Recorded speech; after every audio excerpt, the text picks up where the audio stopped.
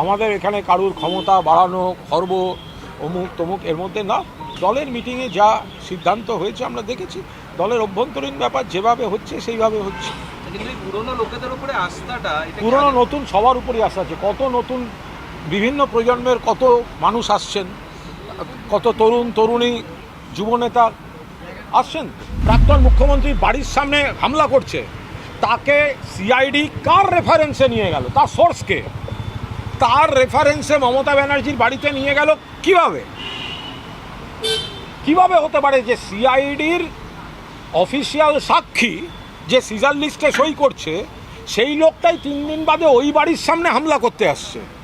ফলে এর পেছনে আরও বড় মমতা বন্দ্যোপাধ্যায়ের নিরাপত্তা আরও বড়সড়ভাবে বিঘ্নিত হতে পারে কিনা, ওই বাড়িতে আরও কোনো বড় বিপদ ঘটতে পারে কিনা, সিআইডির সাক্ষী, সিআইডির যিনি উইটনেস, তিনি সেই বাড়ির সামনে হামলা করছে, কি করে হতে পারে এটা?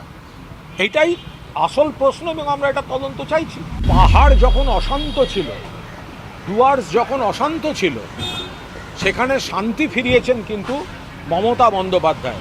যখন সিপিএম আমলের শেষ দিকে সিপিএমের নেতামন্ত্রীরা পর্যন্ত পাহাড়ে উঠতে পারতেন না, নিত্য ধর্মঘট, অশান্তি, অগ্নিসংযোগ, বিক্ষোভ, সেই পরিস্থিতি থেকে মমতা বন্দ্যোপাধ্যায় অচলাবস্থা কাটিয়ে পাহাড়কে আবার স্বাভাবিক করেছেন, শান্ত করেছেন, পর্যটকদের আবার যাওয়ার মতো করেছেন, অর্থনীতি চালু করেছেন, লাগাতার বন্ধের কালচার বন্ধ করে দিয়েছেন এবং সবচেয়ে বড় কথা, ডেমোক্রেটিক সেটআপ সিস্টেমটা কিন্তু পাহাড়ে প্রতিষ্ঠা করে দিয়েছেন মমতা বন্দ্যোপাধ্যায়।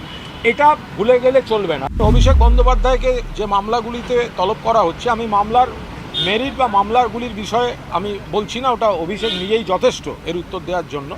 বাট যেহেতু কোনো ব্যক্তিকে রোজ কোনো না কোনো এজেন্সি তাকে ডাকছে, বিভিন্ন দীর্ঘ সময় তা রাখতে হচ্ছে, সেক্ষেত্রে কারোর ধারণা তো এটা স্পষ্ট হয়ে যাবে যে এটা কোনো একটা রাজনৈতিক যোগসূত্রে পরিকল্পিতভাবে একেবারে একটা রুটিন বেঁধে কাউকে ডাকা হচ্ছে।